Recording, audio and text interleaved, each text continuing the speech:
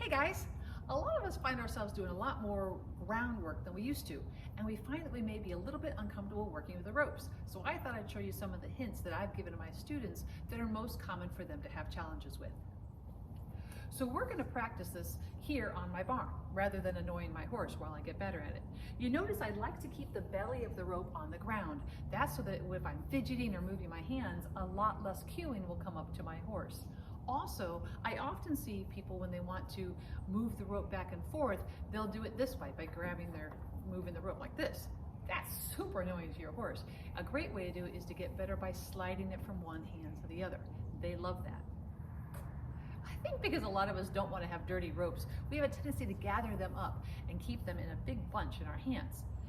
Oftentimes to do that, you kind of have to make a strong fist. You may be surprised how much tension that sends down the rope towards your horse. I would highly recommend just keeping one single strand so you can move flexibly and smoothly with your equine friend. And this is a super helpful tip when you're leading your horse. I often see people just grabbing right underneath the halter. I think they feel like they have more control, but they actually have less control. And oftentimes you'll make your horse claustrophobic. So I highly recommend holding it 12 to 18 inches from the clasp on the halter. That way the horse has some room to drift if they need to. You have room to drift if you need to.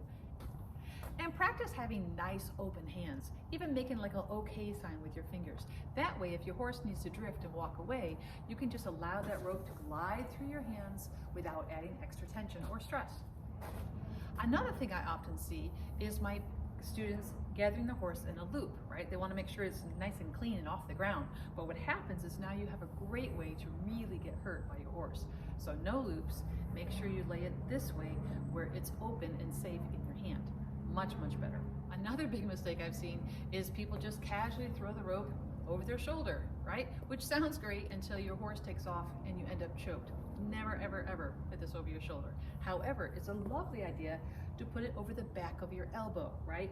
Allow it to just hang there, allow the belly of the rope to be on the ground, and then you have the rope out of the way, but still have connection without having any risk. For more helpful ideas about you and your horses, please join our YouTube channel and drop by bridlesandbreath.com to learn about our online study courses.